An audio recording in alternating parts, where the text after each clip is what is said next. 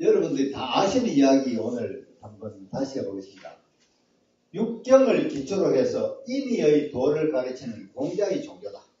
이렇게 이야기를 합니다. 그래서 육경이라는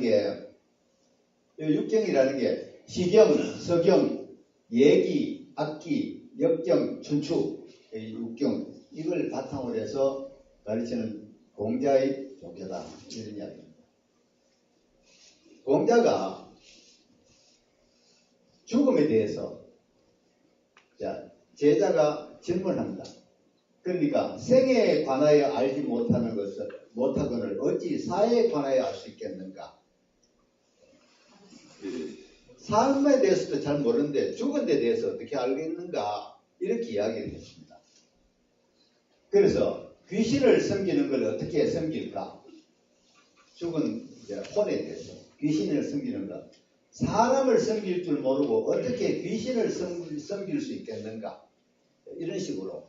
그러니까 이 말은 귀신을 섬기기 전에, 즉 죽은 부를 생각하기 전에 이 성에 살아있을 때를 더 잘 살아라든지, 죽은 사람을 생각하기 전에 산 사람에게 더 잘 섬기라든지, 이 현재를 강조한 말이죠.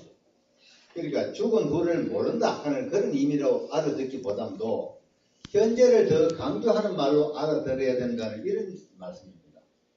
그러니까 이런 걸 전문적으로 이야기하면은 불가지론자라 할까, 죽은 후 문제라든지 내세 문제라든지 신의 존재 문제라든지 이런 것들에 대해서 신이 없다든지 내세가 없다든지 이렇게 부정하는 이야기가 아니고, 또 거기에 대해서 인간이 아무리 알려고 노력해도 알 수 없는 그런 어떤 고차원 다른 차원의 문제다 이런 뜻이 아니고 현세를 더 강조하는 그런 뜻으로 알아들여야 된다는 이런 말씀입니다.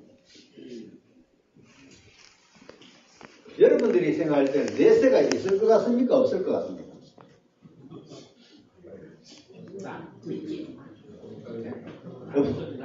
없어요. 있든지 없든지 둘 중에 하나입니까? 있든지 없든지 둘 중에 하나입니까? 있기도 하고 없기도 하고 그럴 수는 없는 겁니다. 그죠? 그래서 신이 전지전능한 신도 논리적인 모순을 이룰 수는 없다는 겁니다. 있으면서 없게 할 수 없고 없으면서 있게 할 수는 없다는 겁니다. 토마스 호킹이라는 사람 아세요? 그 영국의 세계적 물리학자죠. 그 뇌성마비 걸려가 휠체어 타고 그 컴퓨터 가지고 하고 이런 그 물리학자 아닙니까? 세계 최대의 물리학자로 그러는데 이 사람이 2011년 그러니까 2년 전에 영국의 일간지 가디언하고 인터뷰를 했습니다. 인터뷰를 했는데 무슨 이야기를 했는가 하면은 사후 세계나 천국이 우리를 기다리고 있다는 믿음은 죽음을 두려워하는 인간이 꾸며낸 동화에 불과하다. 이렇게 이야기했습니다. 세계 최대 물리학자가 내세는 허황된 꿈이다. 이런 이야기를 합니다. 그러니까 내세가 없다는 이야기 아닙니까? 반발하실 분 계시죠? 그 호킹이 그렇게 얘기했다고 뭐 다 맞는 건 아니겠습니까? 그런데 중세 파스칼이라는 사람 다 아시죠? 팡세, 그냥 젊었을 때 다 읽어보셨을 겁니다.